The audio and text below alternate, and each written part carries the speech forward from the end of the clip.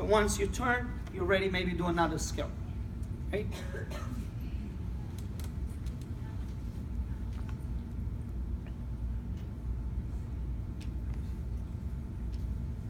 The nice thing, once they understand the spotting part, it stays with them on back tumbling, on front tumbling. Pretty much if you do front full, you go half, look there, turn. If you do double full, you do 1.5, look there, turn. So we stay at the halves. On a back tumbling, we'll talk about next lecture, it's up to the whole full. Full, spot, half for 1.5. For 2.5, it's double, full, spot, half. But on a front and back tumbling, the last part is always the same. So once they figure out, it's very, very easy.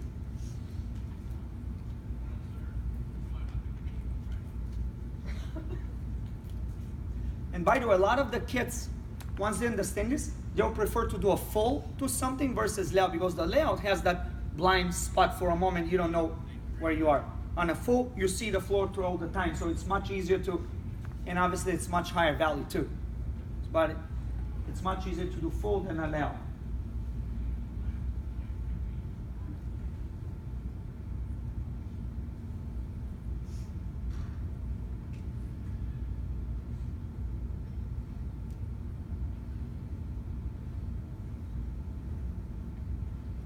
As you can see, we're talking about earlier, front layout like a whip versus the long one.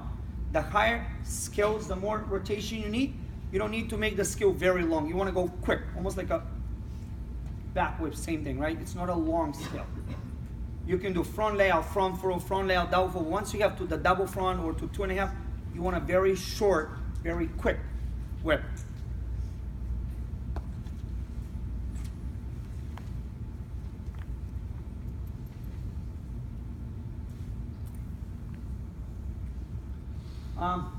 We'll talk a little bit double fronts, guys. Any questions on twisting forward or anything that we covered so far? All right. So I put this video. That's kind of crazy, but look at how when there is no rotation, there's no running. The only way to make it is you got to store the energy. Almost look like a head spring. And I know most of you will say that's insane, right?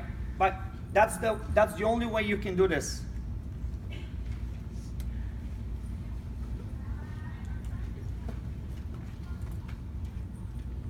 Loading, unloading, snap, double front, right?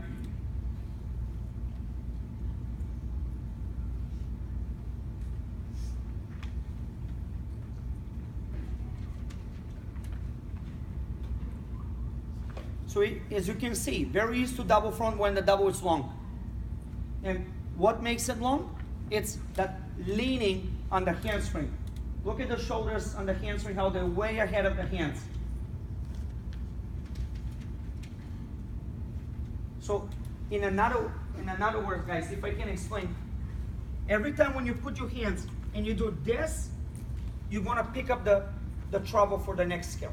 That's why I was telling you earlier that the handspring that we teach as a level 4 especially.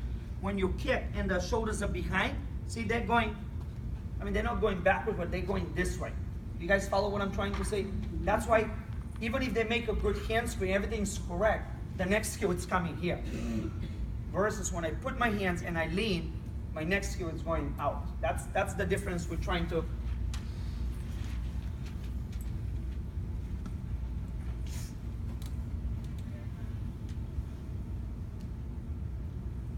A little early.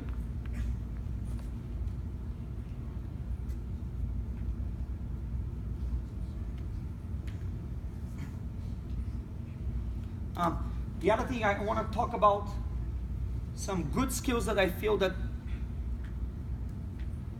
we should spend time on trampoline.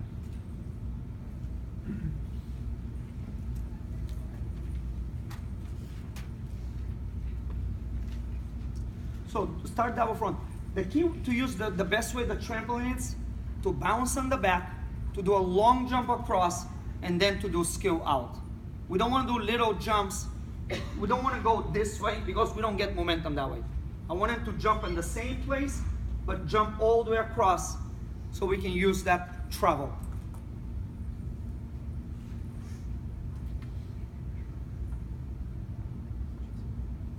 A lot of those skills we can use for bar dismounts, obviously, besides floor vaulting.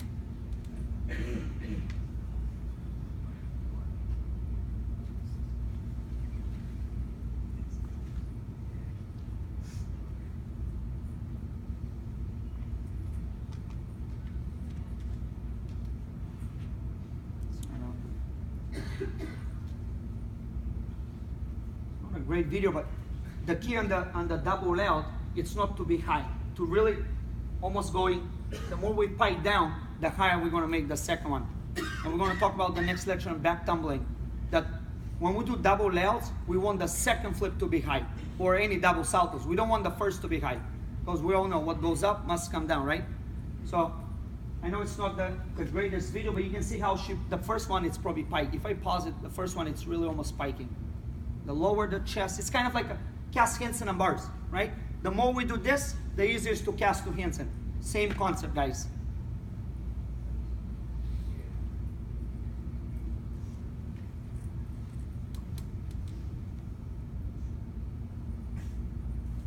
Before even, again, after double, it's a little bit tricky to teach quarters, but I'm assuming by the time they got to do double front half, they already know front quarter, front half.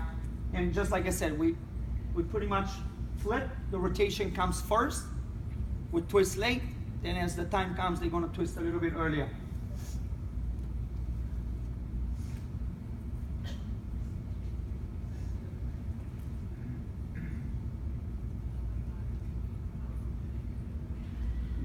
As I said earlier, the more twists you do, you start earlier adding the twist. You never add a half with another half. You don't have time to land. You pretty much do the double. You simply initiate the first quarter a little bit earlier.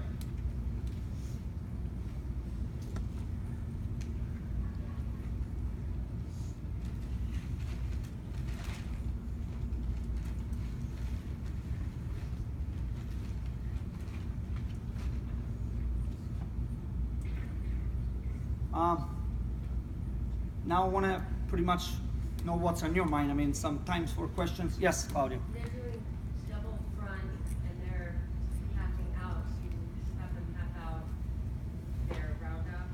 You were talking about. Yeah, always. So here's I think probably it's worth repeating one more time. So let's say I'm doing right-handed cartwheel, right? So this is my round up. I can start vaulting, keep going, right? Now, especially now you do the cast now. Nobody does any more round up then full. You can maybe do full, but the more double, triple now, especially you see the guys doing, you need to steal time. So that's why doing the same cartwheel and twist gives you the ability to do this. I'm finishing, right? That's full. Also on floor, I'm doing round up, full and a half step out, right? Otherwise, I got the 1.5 to complete it, to turn much harder, right? Another very important thing is the front and the back twist should be in the same direction, right? And I think that's where the confusion comes, because kids will do right-handed cartwheel, let's say, they're twisting right, but they taught the brainy, so now twisting left. Guess what? Now you can't use front and back tumbling and twisting together. A lot of dismount and bars. Nobody does any more full in, right? They do a bars either full out or half in, half out. But in order to do half in, half out, we need to turn to the right and then do the front half to the right. So that's why, guys, it's important. I mean, I'm sure there's always exception to the rule, but I'm talking about doing as a system, right? Not kid taught themselves on the backyard tramp. I mean, I'm talking about you're gonna have a kids that, oh, I do round up this way, but I twist better this way. There are always a few exceptions. But to make a system in your gym, right? Another thing is, how do you decide which way the kids twist, right or left, right? So there are a few ideas. I mean, you can make them run across, right? Run across the floor, do a roll, and come back. So some will turn this way, some will turn that way, coming back, right? So those are the first steps they kind of figure out which way they twist. Or, you know, jump full turn. So to me, I always rely on a system versus figuring it out, you know? So that's why I think it's very, very important. You look at the trampolines. I mean, I think you look, we'll talk about the next lecture, but even going backwards, we use front twisting. We only initiate, let's say, I'm going to cover in a couple hours, but We always initiate backwards, but we end up twisting forward. Why is that? I can go backwards, I can flip fast, but I can't, in an arch position, I can't twist, right? On a front twisting or front flipping, I can go very quickly this way, but I can twist this way. That's why you watch the trampolines, that's why you see the boys doing, that's why you see the girls doing dismount, double, double. Yeah, you can do back full, but it's a lot easier to do forward because you realize it gives you ability to rotate and twist. So, going back to the point, whatever you teach backwards is the same direction forward. So, any question, I mean, I hope we all leave the room that there's no confusion, but the main thing I feel is the handspring. Level 4 handspring, I know we all want to go to the meet and our kids to look good, but again, walking high, it gives you the best chance to rebound, but after that, you're done. If I want to go more there, I got to change the angles of my support. I got to delay the kick too. So that's what we're trying to work. That's why, head spring, walkovers, I think is a very, very important. Like if I do front handspring vault, I want to block so I can do something, right? Flipping in. But on the floor, if I'm going to go from my hands to my feet, why do I want to waste time that direction? But I want to roll pretty much. I mean, pretty much I want to roll, guys. Yes? I have a question. We have some kids that actually in the front handspring do the lean over their hand, but then have a hard time getting their feet over their head to that stretch. Correct. And the reason happened because the more they lean, they're going to match you with quick heels. Otherwise, if they lean but they stay, the floor, the more you lean, you're getting closer to the floor, which means your time to bring your feet is very small now. So it doesn't do any good to do this if you can match it with this, right? So same thing. So that's why that's a very valid point because some kids do understand it, but they're landing short, and pretty much we're not using it correctly. By that head spring will kind of fix that. Head springs are very good. I pretty much start with my compulsory is to do this direction, but then you can see a little slight bend elbow. So you gotta kind of twitch a little bit to fix it, before, because we want him to compete well. We want him to make progress, but especially you guys being region 5. I mean, again, I got a lot of friends from this region, one of the best region in the country, right? Always in contender for winning nationals. So there's a lot of good gymnastics. And talking to a lot of friends from this region, not everybody's concentrating level 4 and 5. A lot of you guys are looking, and I've been to your camps, a lot of high-level gymnastics. So later on, the kids will do it, right? So we don't need to be amazing in level 4, right? You want to be a straight A student in 4th grade or hopefully high school, right? So that's the same thing teaching gymnastics. I mean, I'm giving, like I said earlier, I want to give you a different angle. When you go home, I think it's important to teach handspring rebound to step, but then let's have another way of teaching when we want to do level 7 handspring front. That's the only thing I wanted to add, Whatever you know how to do it, but let's know a little bit different because it might be easier for you guys later on. That's all. Any other questions? Yes. I like the layout they did on the bars. You want me to show the drills or you want me to talk about it? Show. Right. Let me see.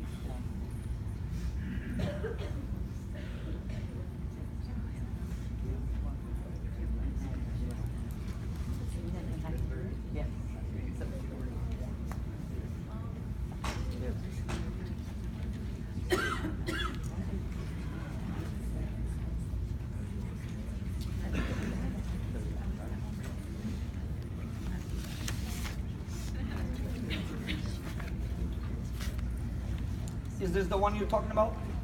Yes.